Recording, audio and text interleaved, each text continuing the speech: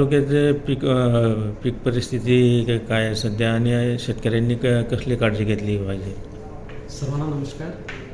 आताच गेल्या 4 दिवसापासून आपण पाहत आहोत की चोपडा तालुक्यामध्ये संपूर्ण परिसरामध्ये कमी जास्त प्रमाणात कुठे ना कुठे पाऊस चांगला झालेला आहे आणि आपल्याला सांगायला पण आनंद वाटेल आणि शेतकऱ्यांना पण या सर्व गोष्टीची कल्पना आहे की वेळेवर पाऊस, त्याच्यानंतर काही दिवस पावसाचा खंड की त्याच्यामुळे शेतकऱ्यांना थोडा अंतर्मशागतीला वेळ मिळाला, त्याच्यानंतर परत पाऊस.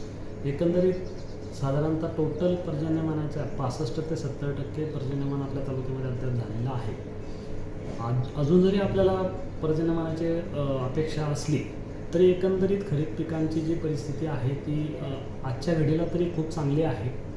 यामध्ये उडीद आणि मुगाच्या बाबतीत जर म्हणायचं म्हटलं तर साधारणतः बऱ्याचशा ठिकाणी शेंगा भरण्याच्या अवस्थेमध्ये काही पिकं आहेत, काही ठिकाणी थोडे लेट पेरणी जिथे झाली तिथे फुलपाती आहेत. यासोबतच कापूस पिकाच्या बाबतीत जे मुख्य पीक आहे आपल्या तालुक्याचं, यामध्ये एकंदरीत सर्व वाढीच्या अवस्थेमध्ये आहे. कुठे लवकर लागवड होती तिथे फुलपात्या बऱ्यापैकी आहेत आणि एकंदरीत क्षेत्रीय पाहणी केली असता रस शोषण करणाऱ्या किडींचा काही प्रादुर्भाव आपल्याला दिसतो, जसं काही मावा, तुडतुडे आणि फुलकिडे.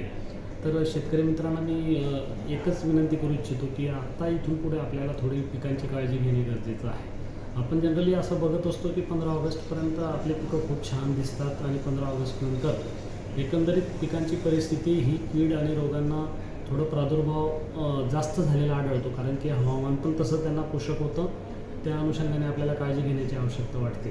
सुरुवातीला आपण निंबोळी अर्काचा फवारणी केली तर नक्कीच आपल्याला त्याच्यापासून चांगला बचाव होऊ शकतो आणि दुर्दैवाने जर काही प्रमाणात आर्थिक नुकसान पातळीच्यावर कीड आणि रोगाचं प्रमाण गेलं तर नक्कीच आपल्याला शिफारशीनुसार, आवश्यकतेनुसार जे काही आहे कीटनाशक किंवा बुरशीनाशक याची आवश्यकता वाटल्यास फवारणी करणं गरजेचं आहे.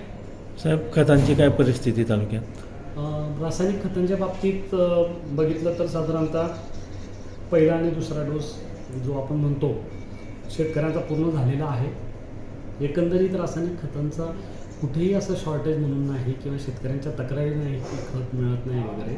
आणि किंबहुना जर कुठल्या एरियामध्ये काही शेतकऱ्यांना तशी अडचण येत असेल तर त्यांनीच नक्कीच आमच्या चोपडा तालुक्याचे जे तक्रार निवारण समिती आहे तिथे जरी तुम्ही टोल फ्री क्रमांकावर किंवा प्रत्यक्ष संपर्क साधून किंवा लेखी तक्रार दिली तर नक्की 100% आपली तक्रार निवारण करण्याचा आम्ही पुरेपूर प्रयत्न करणार आहोत.